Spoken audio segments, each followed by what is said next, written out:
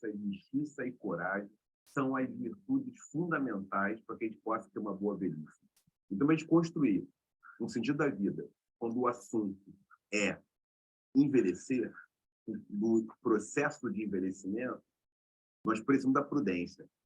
A prudência do estoicismo, de Cícero, ela parece um pouco com aquilo que nós pontuamos aqui na aula passada, a prudência em Epicuro. Vou falar a respeito disso daqui a pouquinho. Aí nós temos a coragem também, algo que nos é exigido.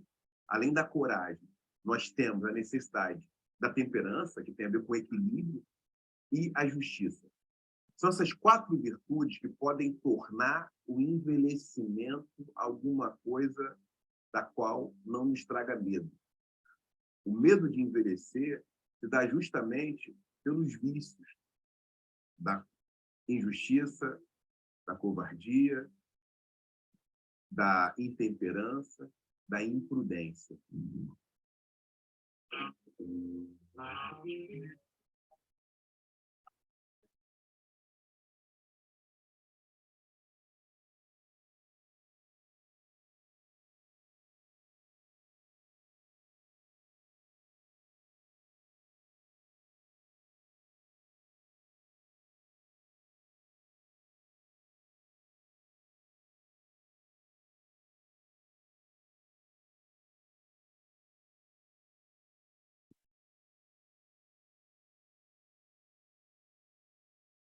Envelhecimento traz uma questão muito próxima, uma das questões que a gente, quando pensa em envelhecimento, envelhecer, é a morte.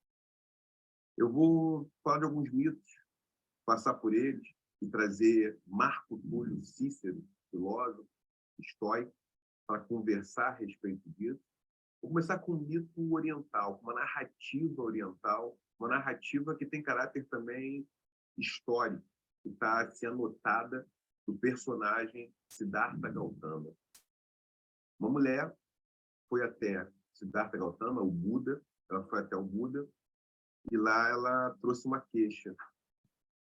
Falaram para ela que só o Buda poderia resolver o problema dela. Ela tinha perdido o filho, bebê. O filho tinha morrido. E ela não conseguia enterrar o filho. Andava com o filho no colo. E em todos os lugares, brahmanes, para poder trazer o filho de volta à vida. Então o Buda disse, eu resolvo o seu problema, eu só preciso de um grão de mostarda.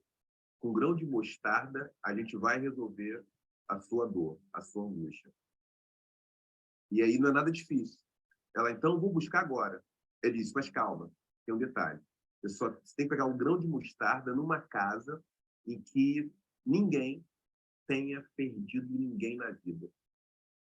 Quando você trouxer esse grão de mostarda de uma casa que ninguém tenha perdido ninguém, você traz que a gente vai resolver esse problema. Então, ela vai numa casa e pega um grão de mostarda. Aí ela pega o grão de mostarda, quando a pessoa vai entregar, ela pergunta, esqueci de perguntar uma coisa, você já perdeu alguém que você ama, que sua família? E essa mulher diz para ela que sim. E ela baixa a cabeça em outra casa. E pergunta a mesma coisa.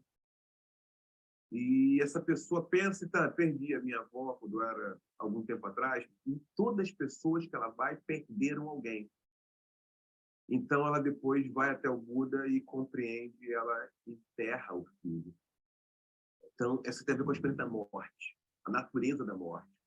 E tem a ver com o envelhecimento por algumas razões. Tem alguns outros mitos, o mito de Geras, mito grego. Geras é a única divindade que, de alguma forma, sofre os efeitos daquele que foi uma grande divindade do Olimpo, Cronos.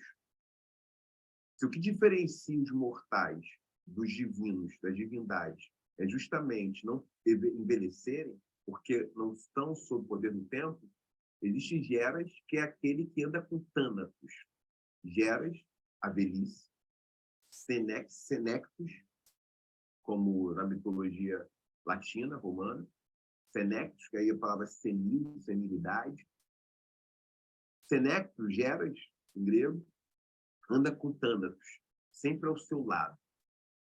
E, inevitavelmente, quem conhece Geras, depois de algum tempo, conhece Thanatos. Ainda que Thanatos não precise tocar somente aqueles que são velhos. Mas a velhice é uma proximidade radical. Tem uma narrativa mítica iorubá, Nanã. O Batalá foi encarregado de criar os seres humanos por Olorum, a divindade suprema. O Olorum colocou isso sob o encargo do Batalá. O Batalá, então, tentou fazer os seres humanos de pedra. Não deu certo. Tentou fazer de ar. Não dava certo. Tentou fazer de fogo. Se consumiu em chamas. Tentou fazer de madeira, tentou fazer de folhas, até que Nanã, a senhora, a divindade, orixá senhora, ancestralidade, ela trouxe lama, água e terra, entregou ao Batalá, e chamou a Jalá e começaram a fazer os seres humanos. Só que como ela deu a lama, depois de algum tempo, ela pede de volta. Está falando o tempo inteiro então, de envelhecimento. O envelhecimento teria uma proximidade maior com a morte. Então, como a gente encontra o sentido da vida? Envelhecer é um processo que, invariavelmente, favoreceria, facilitaria a obtenção, o encontro do sentido da vida. A gente pode dizer que, quando a gente envelhece, o envelhecimento é capaz de nos dar recursos, ferramentas que vão configurar esse sentido, encontrar propósito no mundo, podemos encontrar no envelhecendo. Eu quero trazer, então, Marco Túlio Cícero, filósofo estoico, que tem um trabalho em que ele vai justamente se debruçar sobre o envelhecimento. O saber envelhecer. Na obra sobre saber envelhecer, o que Marco Túlio Cícero vai nos trazer é que todas aquelas limitações, tudo aquilo que nós falamos contra a velhice, não estaria exatamente na velhice, mas no caráter. Então, o envelhecimento não é um problema, pelo contrário, a gente vai chegar a essa é uma das inferências possíveis, uma leitura de Cícero. O envelhecimento é um processo que, pelo contrário, aumenta nossas capacidades de configuração de um sentido, porque nos dá mais instrumentos para isso, mas é o caráter, a nossa natureza que faz a diferença. Ele vai dizer, deveria uma pessoa jovem se lamentar do fim da sua infância? Ou deveria um adulto lamentar o fim da juventude? Então, um velho, uma pessoa velha, a velhice, não é um problema, não é um palavrão. Existe, pelo contrário, o que ele está a nos dizer, Cícero, com a sua filosofia estoica, o estoicismo, uma filosofia da ponderação, uma filosofia que busca o equilíbrio, uma filosofia que busca não se deixar afetar pelos excessos, fundamentalmente. O que ele está dizendo é que a gente tem um problema que é uma fobia ao envelhecimento. Essa fobia ao envelhecimento é um grande problema. Então, o que você vai propor, tá, a nos dizer, é que o papel da filosofia é justamente desbanalizar aquilo que é banal. O que é banal? O que é corriqueiro? O que é frequente? É que o envelhecimento é o fim das nossas forças. Com o envelhecimento, nós perdemos as nossas qualidades, perdemos a nossa paixão pela vida, perdemos a mobilidade, perdemos muitas coisas. O que a lógica de Cícero é que a gente deve se concentrar no presente daquilo que vivemos e não naquilo que passou, mas sermos capazes de vivenciar com tranquilidade o que nos acontece no momento. Eu vou trabalhar com você, então, algumas questões fundamentais que ele vai trazer para a gente. O que a velhice é pensada? Ele vai trazer quatro pressupostos. Ela nos afastaria da vida ativa, primeiro pressuposto, enfraqueceria o nosso corpo, nos privaria dos melhores prazeres e nos aproximaria da morte. Então, a velhice teria esse problema. Ela justamente vai nos aproximar da morte, nos afastar dos principais, dos melhores prazeres, vai enfraquecer o nosso corpo, e impedir que nós tenhamos uma vida ativa. Cícero propõe uma certa equação. Para a equação de Cícero, envelhecer bem tem relação direta com conhecimento e com prática das virtudes. É praticando as nossas virtudes, as virtudes fundamentais, eu falo sobre essas virtudes daqui a pouco, em algum momento, essas virtudes somadas ao conhecimento nos oferecem uma velhice tranquila. O envelhecimento tranquilo se dá por quando nós somos capazes de experimentar o exercício das virtudes. No dia que a gente não experimenta o exercício das virtudes, isso não é possível. Cícero usa um modelo, de alguma forma ele tem uma certa inspiração naquilo que Platão faz, são diálogos. Ele faz um diálogo entre Catão e outros personagens, em que Catão vai ser o porta-voz do que é o conhecimento, que é a elaboração de Cícero, do envelhecimento. Ele começa a dar contra-exemplos quando os personagens vão dizer, na sua narrativa, que a velhice é o fim da vida ativa. Ele dá exemplos de pessoas que viveram muito tempo e com uma vida boa, com saúde do corpo, saúde do espírito. A gente vai pensar, então, que virtudes são essas para que a gente possa ter uma boa velhice, possa envelhecer bem. Prudência, temperança, justiça e coragem são as virtudes fundamentais para que a gente possa ter uma boa velhice. Então, a gente construir um sentido da vida, quando o assunto é envelhecer, no processo de envelhecimento, nós precisamos da prudência. A prudência do estoicismo, de Cícero, ela parece um pouco com aquilo que nós pontuamos aqui na aula passada, a prudência em Epicuro. Eu vou falar a respeito disso daqui a pouquinho. Aí nós temos a coragem também, algo que nos é exigido. Além da coragem, nós temos a necessidade da temperança, que tem a ver com o equilíbrio, e a justiça. São essas 4 virtudes que podem tornar o envelhecimento alguma coisa da qual não nos traga medo. O medo de envelhecer se dá justamente pelos vícios da injustiça, da covardia, da intemperança, da imprudência. É apenas vivendo de modo imprudente, sem coragem de enfrentar os problemas. Coragem aqui não significa ausência de medo, mas significa reconhecer o medo e, a partir desse reconhecimento do medo, a gente tem uma consciência daquilo que nos atemoriza. Então, ele está propondo uma consciência plena para que a gente possa envelhecer sem medo.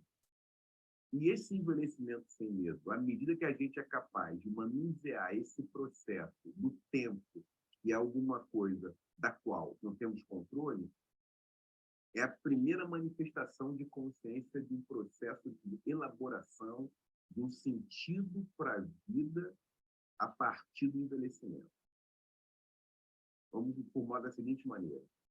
O envelhecimento é um processo que pode justamente nos dar um grau de experiência que nos faça construir, elaborar uma relação de gratidão com a realidade, gratidão com a vida. A gratidão por todos os prazeres, por todas as oportunidades. Então, a gratidão é um sentimento possível, é um dos sentimentos que a gente pode inferir, pode deduzir desse processo ou seja, do envelhecimento. Por quê? A gente desfrutar de bastante tempo no mundo. Então, envelhecer significa desfrutar de muito tempo no mundo e assumir uma dinâmica da vida. O que está em jogo aqui? Eu quero falar, então, quando a gente fala do Cícero, me ocorre uma das discussões das que eu mais gosto, que tem a ver com aquele mito romeno. Aquele mito romeno, um mito muito clássico, muito usado em várias novelas, em vários romances, é o mito do vampiro. Drácula. Drácula, o Conde Drácula, é justamente alguém que não consegue se enxergar no espelho porque não quer assumir as condições do próprio tempo. Ou seja, existe alguma coisa, vou chamar aqui de síndrome do vampiro. A síndrome do vampiro É um tipo de resistência ao que é natural da dinâmica cósmica do mundo, da dinâmica cósmica da vida. É uma revolta pueril, e nesse estado de revolta pueril, o que eu estou a chamar de síndrome do vampiro é justamente não querer que o tempo passe, não assumir que o tempo passa, não aceitar que é próprio da vida o transcurso do tempo. E por essa razão é que o Drácula, metaforicamente, ele se alimenta de sangue humano, ele se alimenta de outras vidas. Ele não tem mais força para se alimentar de outra coisa, a não ser de vampirizar outras pessoas, drenar a energia de outros, porque ele tem uma relação de mal-estar consigo. Ele tem uma relação de mal-estar com o tempo. Ele não consegue acompanhar o fluxo do tempo. Ele se desloca do fluxo do tempo por um tipo de fixação neurótica em alguma coisa que foi e quer resistir ao transcurso das coisas.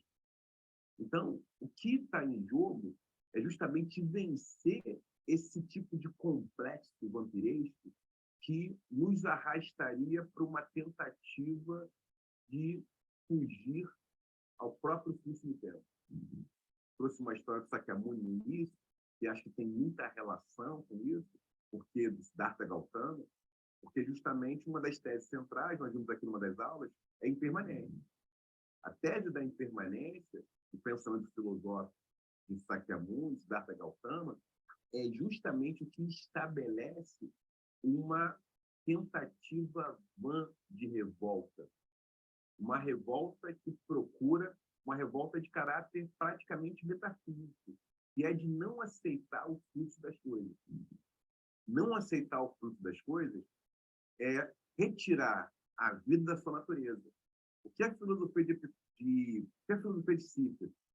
O que a filosofia de Siddhartha Gautama nos provoca, nos convida a fazer o seu percurso, é uma análise reflexiva de que precisamos assumir o tempo. É necessário uma consciência de que o tempo ele vai colocando, vai modificando as coisas de uma tal maneira que é próprio da realidade que a gente envelheça. A velhice, de alguma forma, ela passa a ser destratada, ela passa a sofrer várias retaliações por conta também de uma sociedade que, no apogeu, na produção da modernidade ocidental, dentre os valores, a juventude vai se tornando, ao longo de um processo histórico, cultural, vai se tornando um valor-chave, um valor fundamental. Forever Young, I Wanna Be, um trecho de uma canção, né, quero ser jovem para sempre, e que tem relação direta com uma possibilidade de produção. Se a velhice está colocando em xeque o envelhecimento, que a produção do sentido da vida é um questionamento da atividade e da positividade contínua. Se a juventude está no ensejo de uma construção da modernidade, eu estou chamando de modernidade, esse processo histórico, que é um complexo filosófico em que o sujeito se torna humano, centro do mundo, centro da realidade, e mais tarde, os modos de produção, a produção capitalista, a extensão da burguesia, vai transformar a produtividade numa chave de leitura fundamental, ou seja, produzir passa a ser quase sinônimo de viver. A não produtividade é como se nos jogasse num tipo de não lugar, os improdutivos, os vagabundos, os preguiçosos, e tem, então, de alguma forma, uma mensagem inconsciente de que o envelhecimento está no registro de não fazer, no registro da não produtividade. Essa juventude está relacionada a essa capacidade de percorrer mais distância em menos tempo, de performar com mais velocidade, sendo capaz de causar uma exploração de si com muito mais ênfase. O envelhecimento está dizendo que a vida não é capaz de ser explorada o tempo todo. O envelhecimento está dizendo que tem um cansaço que é preciso de muito tempo de preguiça. Existe uma conexão indireta pouco, talvez não tão explorada frequentemente, e envelhecer nos coloca diante de dois conceitos que eu considero muito importantes, que são cunhados no contexto do processo de colonização. Eles aparecem. São conceitos que são dados de fora, mas são reaproveitados por aqueles que receberam esses conceitos como se fossem xingamentos. A preguiça, que foi, de alguma forma, uma designação que as invasões europeias colocaram os povos indígenas da América, e durante o processo de escravização, as resistências dos povos africanos, a população dos povos negros, nos contextos de escravização, durante o tempo do Brasil colônia, por exemplo, Brasil Império, e América do Sul, América Latina inteira, todos os países tiveram sociedades raciais de escravização, onde as elites são eurodescendentes. A malandragem. A preguiça e a malandragem são dois conceitos que eles flertam com o envelhecimento, flertam com a velhice. A malandragem no sentido de que é um desvio da ordem de que o trabalho é aquilo que nos dignifica e que é radicalmente constituir a vida. A preguiça como também uma resistência à normatização numa escala que também tem relação com produção. Uma filosofia que nos ajude a ter propósito no mundo, que ao correr a velhice, ao correr o envelhecimento, ela está muito relacionada a essa capacidade de essa desestetização do envelhecimento, essa noção de que envelhecer é decrepitude, a senilidade é alguma coisa que torna a vida horrível, ela tem alguma relação, obviamente, com essa proximidade com a morte, mas está muito inscrita na noção de produção. Então, por exemplo, a gente pode perceber, vamos pensar aqui, que é muito bom quando uma pessoa ela fica muito feliz quando ela parece ter menos idade do que tem. Então, tem a teologia de juventude. É como se não tivesse um direito ao envelhecimento, fosse uma vergonha, fosse algo terrível. E eu quero pensar, então, agora, dois modelos. Eu vou chamar aqui, eu estou agora pensando aqui com Antônio Bispo dos Santos, vou trazê-lo para dialogar, então trago aqui o filósofo, pensador quilombola Antônio Bispo dos Santos, meu bispo, grande mestre, meu mestre, que fala em modelos culturais cosmofóbicos e modelos cosmofílicos. Os modelos cosmofílicos, ele vai falar especificamente do Pindorama, dos povos indígenas aqui da região do território que hoje é o Brasil, que sempre estariam nesse modelo, operariam nesse modelo, e também a gente pode falar dos povos, das culturas africanas, que é muito frequente, sem romantização, sem idealização, mas é muito frequente que essas culturas operem de modo mais cosmofílico. Há uma frequência. Enquanto os modos cosmofóbicos, eles seriam mais frequentes em certos contextos. Por exemplo, em alguns contextos euroasiáticos de sociedades com exércitos permanentes e que se movimentam, se mobilizam sempre a partir da invasão de outros povos, outras regiões, outros territórios, para poder carregar recursos para a manutenção da sua sociedade. Então, algumas sociedades que operam pela colonização e outras sociedades que seria menos frequente. Eu não estou a dizer que são paraísos, são territórios humanos, mas é para pensar que é mais frequente, então, em algumas culturas africanas, culturas de povos indígenas, a gente vai chamar de cosmofilia. Na cosmofilia, envelhecer é um direito. Envelhecer não tem nenhum problema. Envelhecer não é um palavrão, porque perder as forças, observar o mundo passar, não é um problema, porque viver não está inscrito na capacidade de realizar performance. Mas todas as etapas da vida são bem-vindas. Todas as etapas fazem sentido. Isso talvez seja uma diferença. Então, para a gente consagrar uma filosofia com propósito, nos ajudar a organizar o mundo e reconhecer o sentido da vida no estabelecimento, no direito ao envelhecimento, a gente precisa descolonizar o pensamento.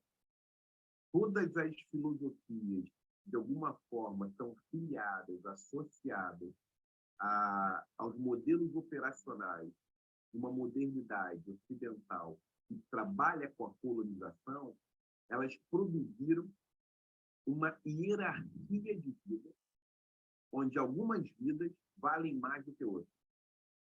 E nessa lógica de que algumas vidas valem muito mais do que outras vidas, é que a gente pode ter alguns fenômenos fundamentais, como o patriarcado faz parte disso, racismo faz parte disso, a necropolítica faz parte disso. Por isso, algumas vidas são matáveis e outras não, alguns são eliminados, outros não, porque alguns são capazes de ceder, são capazes de, no auge do processo de exploração, eles podem dar retorno. A velhice é um limite. A velhice é um limite que a vida está a nos dizer. Somente a produção, por isso, porque a velhice ela traz uma noção que ela, no mundo previdenciário, na biopolítica previdenciária da modernidade, ela nos trouxe um dispositivo chamado aposentadoria. Um dispositivo viajar, descansar, fazer menos coisa, gastar menos tempo com trabalho, gastar mais tempo com lazer, com autocuidado. A velhice ela está dizendo isso para a gente. É essa ofensa, é isso que torna a velhice ofensiva. O que torna a velhice ofensiva é dizer que a vida pode se manifestar e tem direito a se expressar de inúmeras maneiras. Que não é preciso ser jovem, ativo, para ser feliz, para encontrar sentido. E aí eu coloquei esses dois conceitos, malandragem e preguiça, porque esses dois conceitos nos ajudam, eles são recursos, eles estão muito dentro daquilo que eu tenho escrito também a respeito de sociedades estáveis e sociedades de crise. A gente pode falar um pouco disso aqui, para dizer que nas sociedades estáveis, envelhecer não é um problema. Nas sociedades de crise, o envelhecimento acaba se tornando um problema.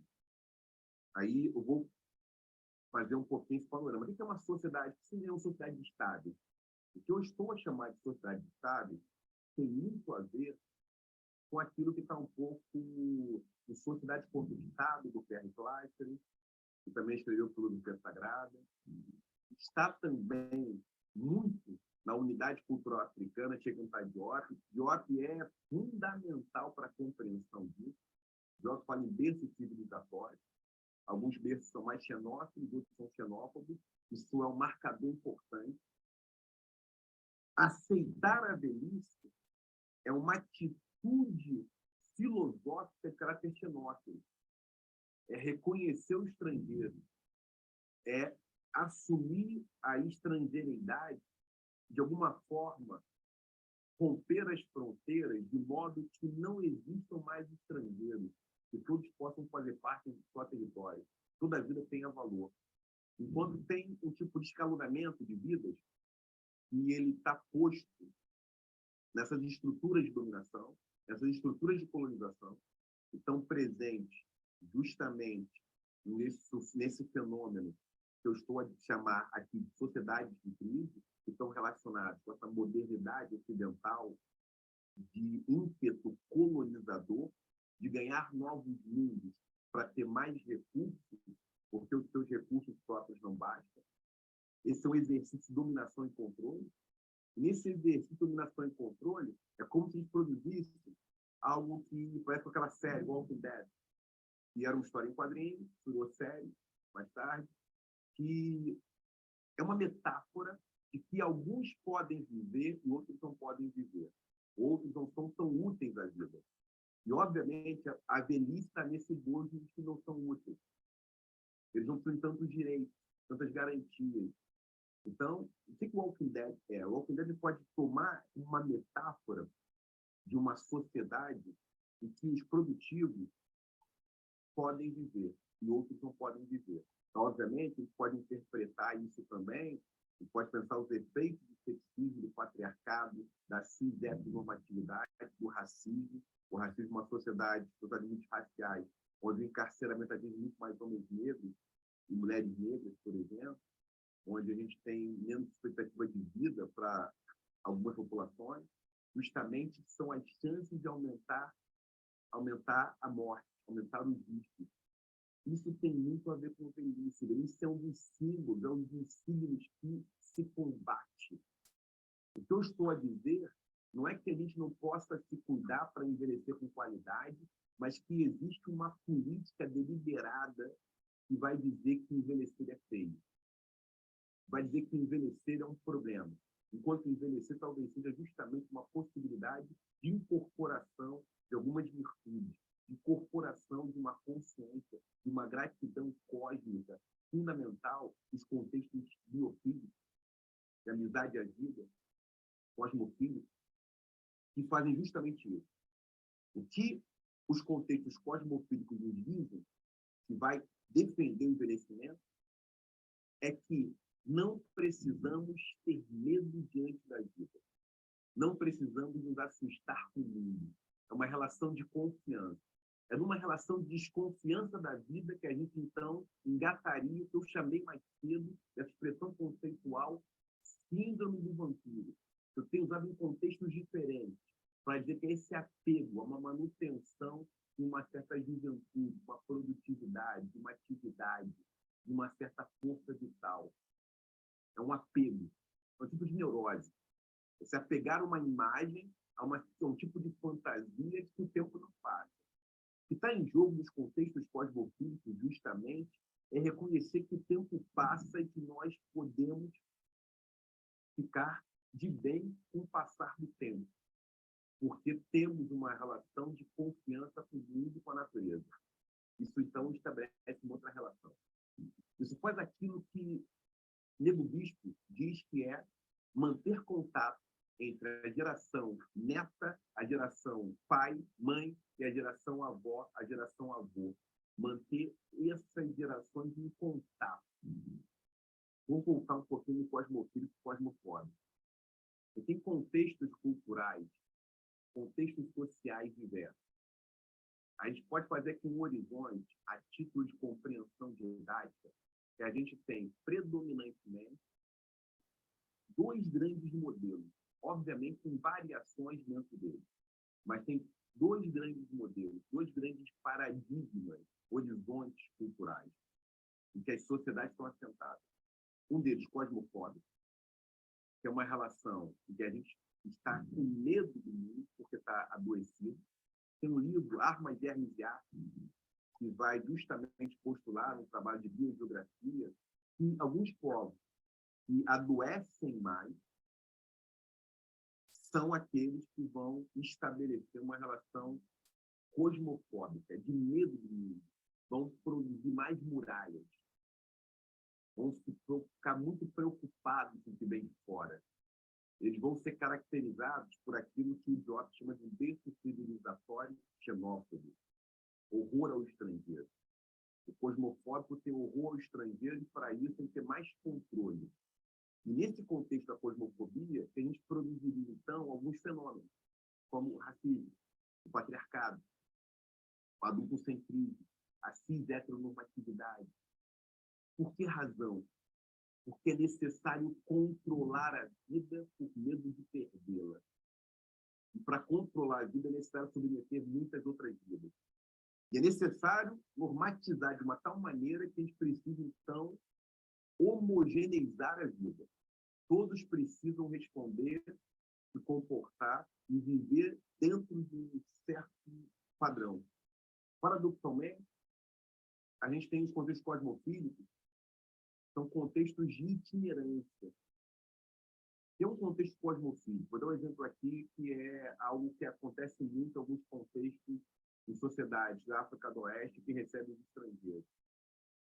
Então, tem uma regra que é, todo estrangeiro que chega, é uma regra que acontece em muitas regiões, como Mali, por exemplo, Burkina Faso, por exemplo, na Guiné, por exemplo, em Gana, por exemplo, algumas regiões, o estrangeiro chega e ele tem 3 noites e 3 dias para ficar, contar a história, ter comida, água e um pouso para dormir e contar suas histórias, depois partir na sua trajetória, na sua viagem. Então, existiriam muito mais pontes do que eles podem, então, assim, do ponto de vista didático, pensar. Os cosmofóbicos têm muito mais muralhas, muralha da China, muralhas, enquanto os cosmofílicos têm contextos com mais pontes. Num contexto com mais ponte, a vida pode se expressar de modo muito mais plural, o que significa que a gente pode envelhecer. Envelhecer não é um problema. O envelhecimento, pelo contrário, é uma maneira de encontrar e produzir sentido para a vida, ao invés de ser algo a ser reprimido, a ser rechaçado. Então, alguns povos, por exemplo, isso entre os Tonga, por exemplo, alguns povos bancos, isso é muito comum, seria vergonhoso que uma pessoa, por exemplo, disfarçasse as suas rugas ou seus cabelos brancos, o que não é nenhum problema, depois podem fazer aquelas individualmente que elas acharem melhor, mas esse contexto cultural, isso não é desejado, isso é inadequado, porque as rugas e os cabelos brancos do nosso tempo, eles são, isso tudo caracteriza a possibilidade de quem nós somos. Isso seria como se fosse um disfarce que está procurando, de alguma forma, enganar o tempo. E esse enganar o tempo é alguma coisa que não ative em nós aquilo que seria, que eu vou chamar dos poderes do envelhecimento.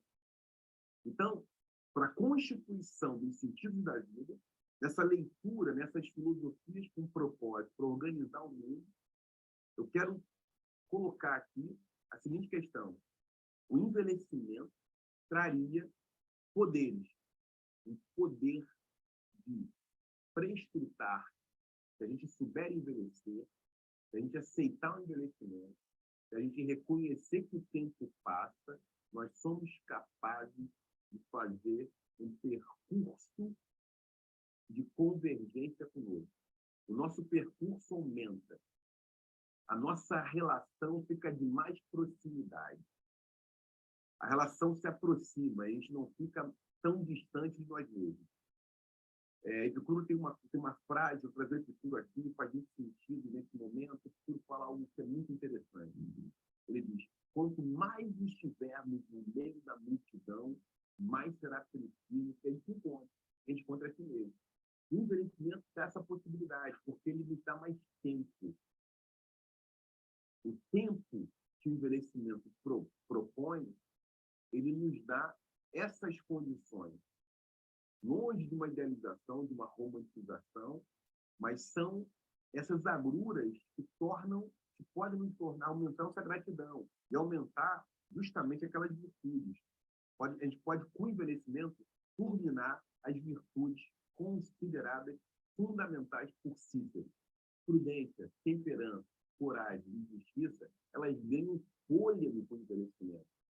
Pode parecer paradoxal, mas é o envelhecimento que as torna mais robustas, que aumenta a sua tenacidade, que nos dá essa possibilidade, que pode aumentar a nossa filia ao mundo, a nossa amizade. Apesar das agruras, pode aumentar a nossa capacidade. Então, o envelhecimento, o ato de envelhecer, ele se configura, sim, como um recurso de elaboração e produção para o sentido da vida. Envelhecer. O nosso curso começou com amar. A importância de amar para que a gente possa construir o sentido da vida. Depois de aprender. Depois de aprender, a gente falou especificamente que aprender se liga à infância, é um estágio de infância. Então, o amor se liga justamente a gente conquistar bem-estar, um afeto catalisador de bem-estar, o aprender em relação com a nossa infância, a nossa disponibilidade de sermos criativos e respirar novos caminhos para o mundo. A gente falou de escolher, do poder de decisão, de como as emoções estão muito ligadas a tudo isso, são inseparáveis de tudo. Depois falamos do saber, do exercício da sabedoria, de ter gosto pelo mundo, gosto pela vida. O envelhecimento, ele, de alguma forma, é a culminância de todos esses processos. E no processo de envelhecimento, tudo acontece junto.